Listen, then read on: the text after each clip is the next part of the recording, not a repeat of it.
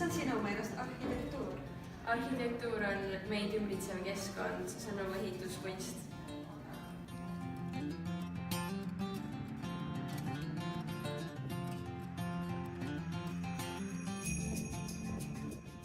Arhitektuur võtab enda alla väga palju erinevaid valdkondi. Arvestama peab paljude faktoritega.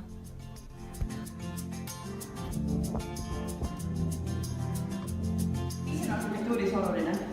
Tähtis on see, et inimene suhestuks ruumiga, et tal oleks nagu mugav, aga samal ajal on see ka ökonoomiline.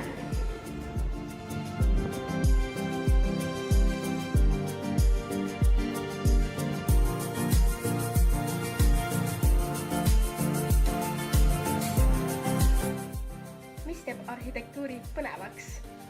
Arhitektuuri teeb põnevaks loovus ja huvitavad matemaatilised lahendused.